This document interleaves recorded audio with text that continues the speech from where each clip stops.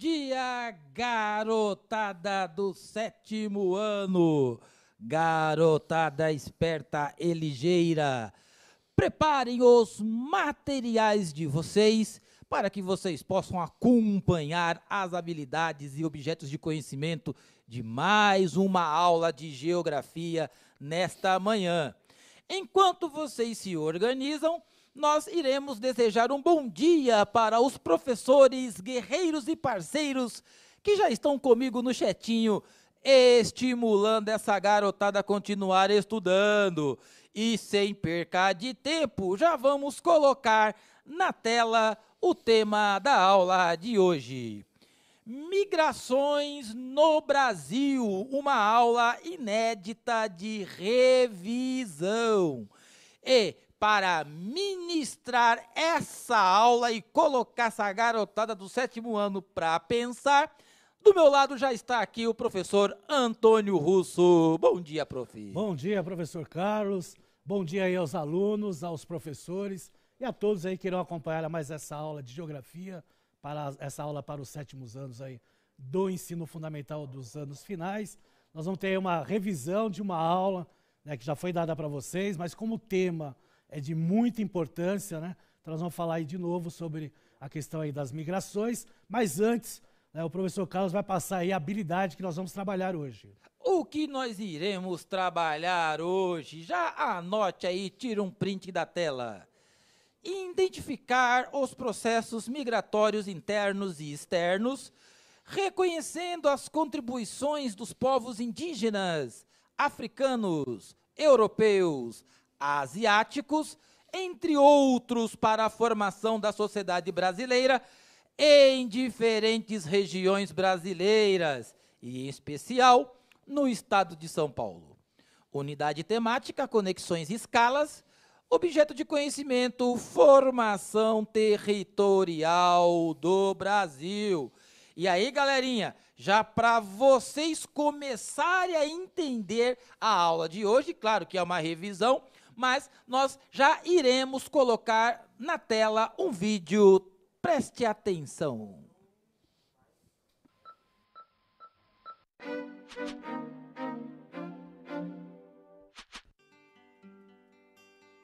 Com o objetivo de debater sobre os direitos dos migrantes, a OAB do Rio realizou, com o apoio do NIC Rio, o Seminário Direito das Migrações.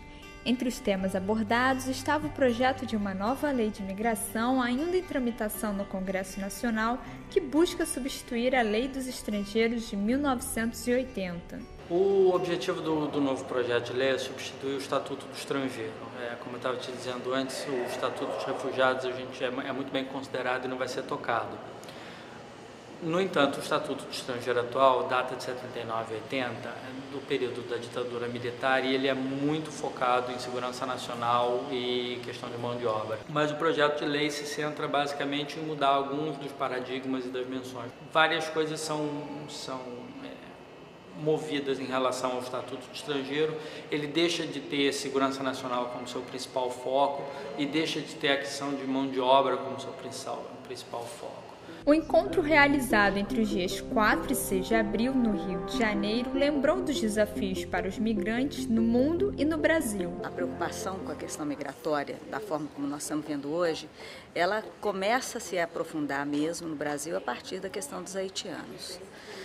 Nesse sentido, o Brasil vai começar a se movimentar para poder tentar resolver uma situação que estava indefinida,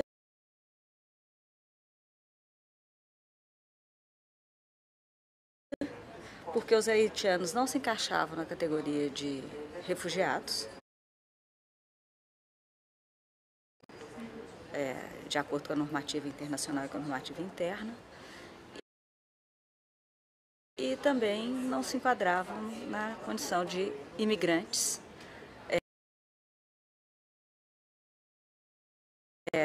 conforme previsto no Estatuto do Estrangeiro e na legislação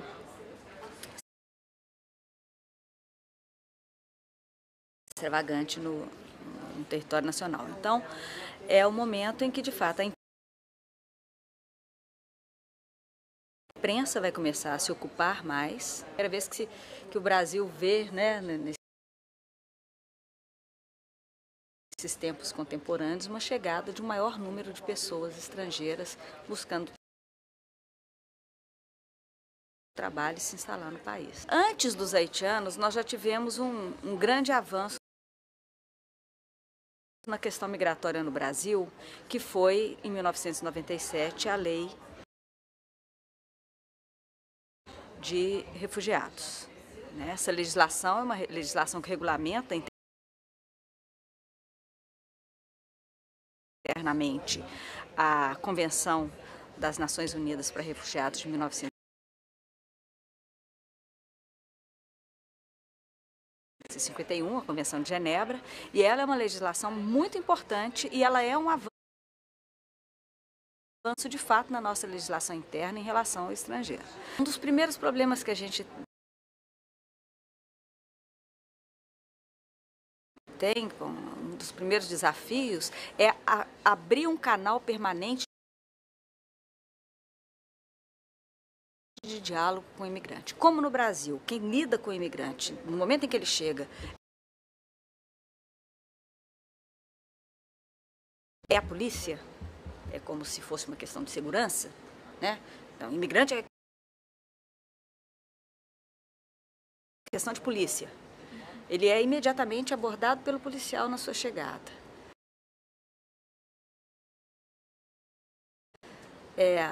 E essa questão é uma questão complicada, porque você não tem um órgão de referência, que seja um órgão único de referência. De acordo com a ONU, o número de migrantes internacionais no mundo alcançou 244 milhões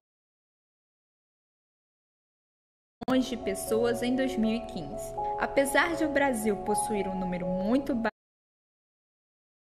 de imigrantes, menos de 1% do total de sua população, segundo a ONU e a Polícia Federal, o tema vem ganhando relevância e destaque no país. Hoje, a posição do Brasil é felizmente muito mais avançado, um país democrático, um país que é aberto ao mundo, que demonstrou ao longo dos anos de ter uma posição importante, progressista, com relação aos migrantes e aos refugiados. Então, chegou o momento de atualizar a lei, não somente para atualizar o vocabulário, introduzir o conceito de direitos humanos na lei, mas também de modificar a forma como o Brasil organiza os fluxos migratórios. E o Brasil tem essa política de braços abertos aos refugiados sírios, por exemplo, que é algo extremamente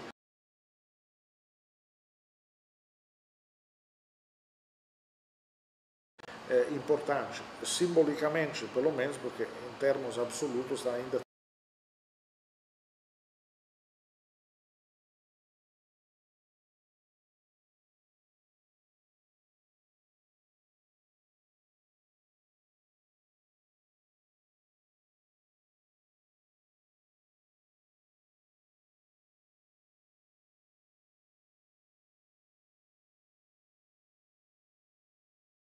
estamos falando de poucas milhares de pessoas diante de milhões de refugiados potenciais.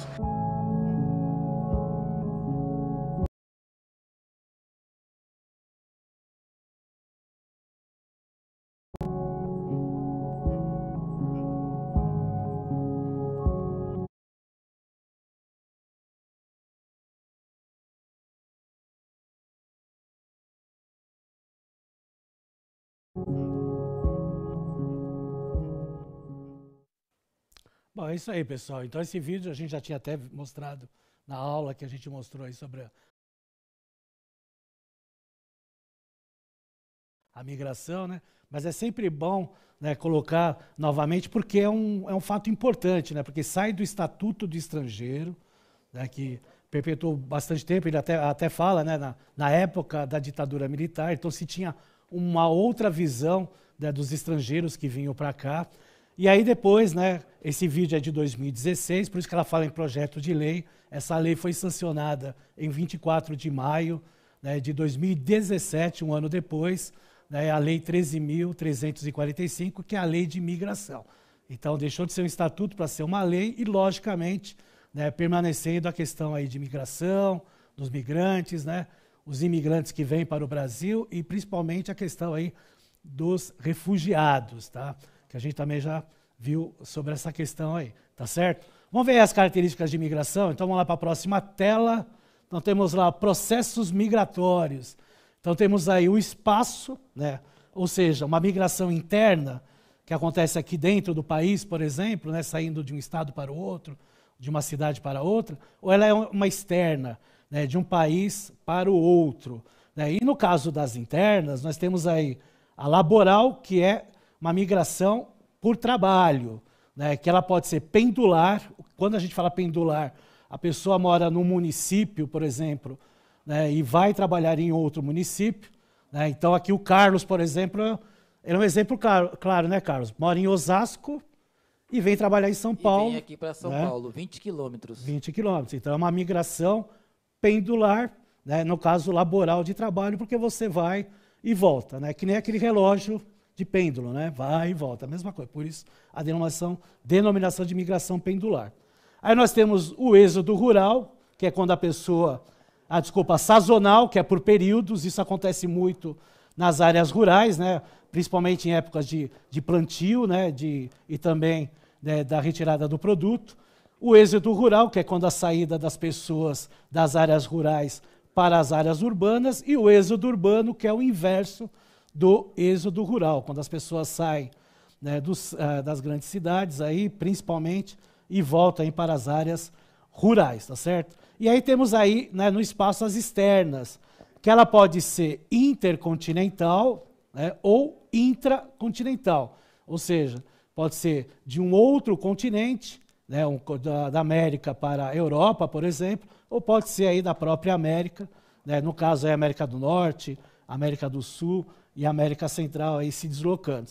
E quando falamos em emigração, é quando essa pessoa sai do seu país, sai da sua cidade, do seu estado. E quando falamos de imigração, é aquela pessoa que vem de um outro país, tá certo? Então, o imigrante italiano, né, o imigrante espanhol, então são pessoas que vieram de outros países. Né? Que interior do país, a gente costuma falar mais o migrante, né, Carlos? O Carlos é um exemplo de migrante, né, Carlos? Isso, porque a gente vem sempre aqui de Osasco para cá, né, para o centro de mídias, daqui do centro de mídias lá para Osasco, cidade de trabalho. E assim, professor Antônio, a gente tem muito contato, eu tenho um contato com muitos haitianos. Em Osasco, eles estão trabalhando em todos os lados, ganhando o seu dinheiro.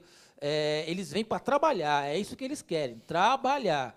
Então, aos nossos irmãos haitianos, bienvenue ici em Brasil.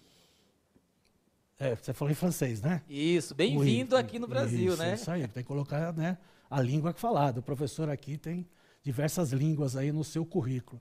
E eu citei também o professor Carlos como um migrante, porque ele também vem de uma outra região, né, professor? Da onde que você vem? Eu sou paulista, né? Nasci em Osasco, parentes, mas né, eu morei 8 anos no Rio Grande do Norte. Tá então, certo. eu migrei para o Rio Grande do Norte. Mas seus pais são do Nordeste. Meus avós são de Sergipe. E vieram para São Paulo. São Paulo. Então, eles são migrantes vindo do Nordeste para São Paulo. São Paulo, no Sudeste, tá vendo? Então, é um claro exemplo de migração. Vamos lá voltar para a tela. Aí nós temos aí a duração, que ela pode ser definitiva, quando a pessoa vai morar, né, em outra região, ou temporária, com principalmente estudantes que saem fora do país ou vão para outros estados para estudarem, né, por um período e depois voltam para as suas casas, suas residências. E a forma como ela pode ser voluntária, a pessoa mesmo quer ir, ou ela pode ser forçada, né, por questões políticas, perseguições religiosas, perseguições étnicas, né, que tem várias formas aí forçadas da pessoa sair aí do seu país, do seu território. E o controle, né, o controle do país. Ele é documentado, ou seja, ele é legal, ele veio legalmente, ou ele veio não documentado, ele é ilegalmente, né? Então tem todos esses exemplos aí tratados na questão migratória, tá certo? E aí, logicamente, né, tendo esses processos migratórios que vocês estão acompanhando aí, e aí, logicamente, estudando aí com o professor, e aí o professor ele vai explicar aí para vocês, detalhe por detalhe, nessas questões aí, principalmente que se confunde muito o emigrante e o imigrante, tá certo? Vamos lá para a próxima tela, a gente vai ver aí um gráfico, né, do desembarque estimado de escravizados africanos no Brasil. Né? Começa lá no período lá início do século XVIII, como mostra o gráfico, e vai tendo aí, né, um valor baixo até ter o auge no século XIX, né, atingindo aí patamares, né, exorbitantes aí dos escravizados vindo para o Brasil. Né? Se calcula aí de 2 a 3 milhões e meio de pessoas vindo aí do continente africano, principalmente da Costa do Marfim, que mostra em laranja, e também de Angola, que mostra em verde no gráfico. Essas pessoas vieram, principalmente desses países, trabalharem como escravizados aqui no Brasil, né, nesse período que a gente vê aí, tá certo? Vamos lá para a próxima tela. Aí nós temos aí períodos de imigração no Brasil, né, bem baixo, de 1820 até 1850, né? Aí nós temos aí a Lei Eusébio de Queiroz, e aí vai tendo aí um crescimento dos imigrantes, chegando ao auge no período aí de 1890, principalmente com a vinda dos italianos para trabalharem na lavoura do café em substituição, né, aos escravizados, porque aí nós tivemos a lei em 1888. Então, por isso que o pico está bem elevado nesse período. Mas também há outros picos elevados, principalmente pelo período de crise na Europa, isso no início aí do século XX, tem lá um pico aí, os imigrantes vindo para o Brasil, daí nós temos aí a Primeira Guerra Mundial, né, depois vem lá a década de 20 e 30, que é o período entre guerras, que também tem gerando aí conflitos internos na Europa, e depois o auge pós-Segunda Guerra Mundial. Então nós estamos vendo aí, acompanhando nos gráficos, alguns picos, né, que são processos até históricos, que acompanham aí o período da lei aqui de libertação dos escravizados, em 1888, né, e depois aí com o processo aí de crises, né, de guerras na Europa, Primeira Guerra, entre guerras e Segunda Guerra Mundial. E aí eles vêm buscar melhores condições de vida, principalmente no continente americano, né? Brasil, Argentina, Canadá e principalmente os Estados Unidos. Tá? Vamos lá para a próxima tela. E aí o período de migrações no Brasil. Nós temos aí o século XVII, pecuária extensiva, o século XVIII, a mineração, o auge da mineração, o século XIX, após a segunda metade do século XIX, a atividade cafeeira, final do século XIX, início do século XX, o ciclo da borracha, pós-Segunda Guerra Mundial, concentração industrial, a década de 1960, construção de Brasília, formação da Zona Franca de Manaus e extrativismo mineral na região norte, década de 1970 e 1980, fronteiras agropecuárias no centro-oeste, na década de 1990, fronteiras agropecuárias em direção à Amazônia, e na década de 2000, migrações de retorno motivadas por razões socioeconômicas. Lembrando que tudo isso aqui que a gente está citando são migrações internas, tá? São pessoas que saem do seu estado, vão procurar melhores condições de vida em outros estados, aproveitando isso aí, os ciclos econômicos que nós tivemos no Brasil nesse período aí. Tá? Então a gente cita aí o café, que teve o seu ciclo, né? Nós tivemos aí a borracha, também citando aí o seu ciclo, a indústria. Então é um processo econômico aí, por isso que vem, né, a questão aí do êxodo rural, principalmente entre a década de 1960 a 1980. Vamos lá para a próxima tela, que aí a gente acompanha pelo mapa. Então nós temos aí o fluxo de migrações entre 1960 a 1980. A gente está vendo uma seta bem grossa, saindo do Nordeste, indo para o estado de São Paulo, por causa principalmente da industrialização, e outras setas aí de outras regiões sendo atraídas aí principalmente pelo processo de industrialização. Agora vocês vão ver um outro mapa, que é entre 1980 e 1990, continua, né, o êxodo aqui para o estado de São Paulo por causa da industrialização, mas os nordestinos começam a ir para a região do norte, principalmente por causa da agricultura e também na região sul, que aí tem a questão da agropecuária, tá? E a região centro-oeste também, pela questão aí da agropecuária. E nós temos aí o fluxo de migrações de 1990 em diante, né, que muita gente saindo do sul para ir para a região norte e centro-oeste para a agropecuária, muitos fazendeiros saindo da região sul, né, migrando para essas regiões, isso, né, já a partir de 1980, e, logicamente, o estado de São Paulo aí, né, sempre, né, tendo aquela concentração, né, aquela visualização de melhores condições de vida, né, Carlos? Sempre ainda se tem aquela ideia, né, de que o estado de São Paulo Sim. ainda é um estado atrativo. Devido à industrialização e agora o setor de serviços, né, que tem é bem maior aí do que a indústria, né? E, claro, como a gente observa no mapa, os nordestinos, eles levantaram essa cidade chamada São Paulo. Exatamente, isso não só aqui, como também em outras regiões, né? Então vieram, colocaram a mão na massa, trabalharam, grandes edifícios aí, né? Tem aí, né, o suor e o sangue, né, dos nordestinos, né, Carlão?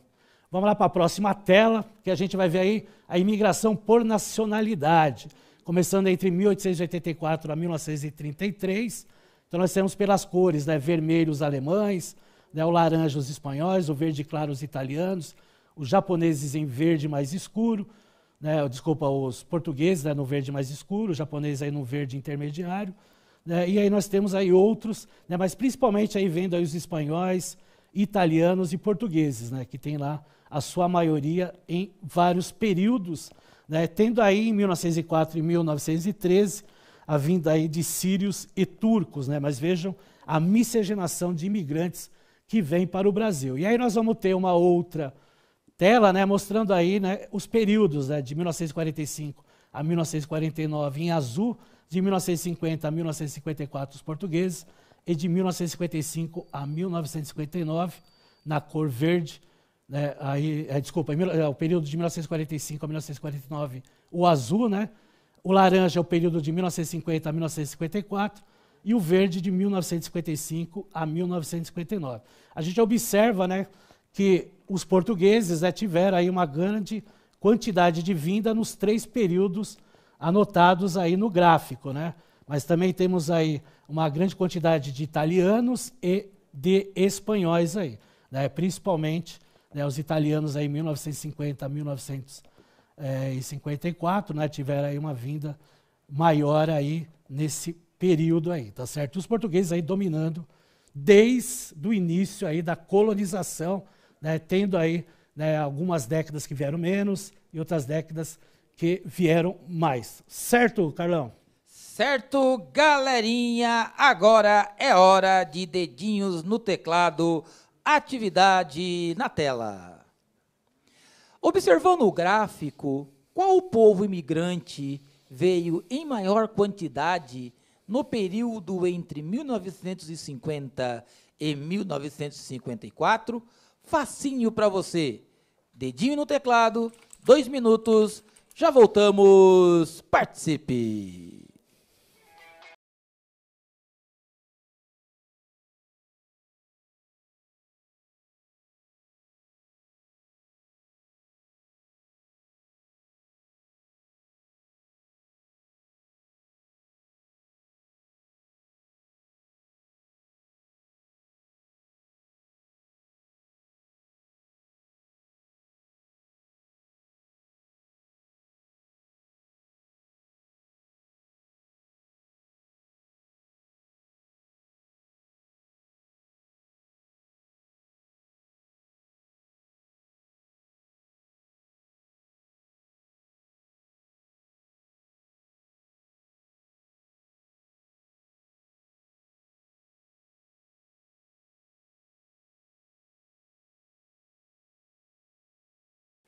Voltamos para a interação. Por uma questão de tempo, vamos pegar as respostas gerais. E tá fácil, professor Antônio. A galera aqui respondeu que foram os portugueses. Perfeito, né? Pela coloração e pelos nomes embaixo, né? Dá para perceber, né? Então temos os alemães, os espanhóis, italianos, portugueses, japoneses e os períodos, né? Azul, 1945 a 1949. O que nos interessa é o laranja, 1950 a 54. E a gente observa aí pela coluna dos portugueses a maior vinda nesse período. Então está correto. Já podemos ir para o outro mapa, rapidinho, porque está acabando já o tempo. Mapa do mundo com os países coloridos de acordo com a sua população de imigrantes. Então, nós observamos aí que a Austrália, o Canadá e alguns países da Ásia têm aí um percentual, né, bem equilibrado entre, né, a população nativa, né, a população que nasceu lá, e de imigrantes, né? O Brasil, né, ele está bem clarinho lá, então menos de 1% aí da população aqui do Brasil é de imigrantes, tá certo? Vamos lá para a próxima tela, e aí a gente vê deslocamento pendular para o trabalho, né, mais de 1 hora, ou seja, a pessoa leva aí mais de 1 hora, né, para se deslocar da sua casa para o seu trabalho, né? Então, o que está em vermelho é o maior percentual, e a gente vê lá muitos na região norte, na região centro-oeste, né, se destacando, mas, né, a gente observa, né, o estado de São Paulo, né, a cidade de São Paulo, principalmente em vermelho aí, porque é o que a gente vai ver, né, em algumas, né, metrópoles que nós temos no Brasil, essa questão aí do deslocamento. Então, no próximo mapa a gente observa aí, né, as principais delas. Então, a gente tem Belo Horizonte, então tem lá a cidade de Belo Horizonte, então as cidades aí próximas delas, né, fazendo essa migração pendular, ou seja, saem das suas respectivas cidades, né, aí principalmente a gente vê aí Ribeirão das Neves, Santa Luzia, Vespasiano e outras, né, fazem parte aí da grande metrópole de Belo Horizonte, e aí se deslocando aí, indo e voltando para a sua casa ao trabalho. Aqui nós temos o Rio de Janeiro, que também, né, mostra aí principalmente a região lá de Nova Iguaçu, Belford Roxo, né, São Gonçalo, se deslocando aí para a principal cidade aí da metrópole carioca, tá certo? Aí nós temos aqui Recife, também tem o deslocamento pendular, saindo de uma cidade indo para Recife para trabalho, e também para estudos, tá? Não é só o trabalho, também tem a questão de estudos aí. Então tem lá Olinda, né, Camaragipe, né, Jaboatão aí, dos Guararapes, né, regiões bem conhecidas aí dos brasileiros. E, logicamente, para finalizar, São Paulo, né, olha a diferença, né, e as pessoas aí saindo aí dos municípios próximos da grande São Paulo e se deslocando para estudar e para trabalhar, tá certo, pessoal? Bom, finalizamos aí a aula de migrações. Quero agradecer a todos. Entra rapidinho no Saiba Mais, printe a tela para fazer aí uma pesquisa. Quero agradecer.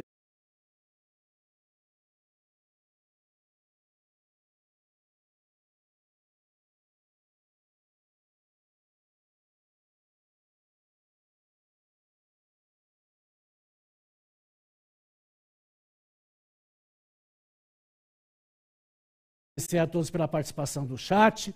Quero agradecer ao professor Carlos, agradecer a parceria de você aí, que sempre aí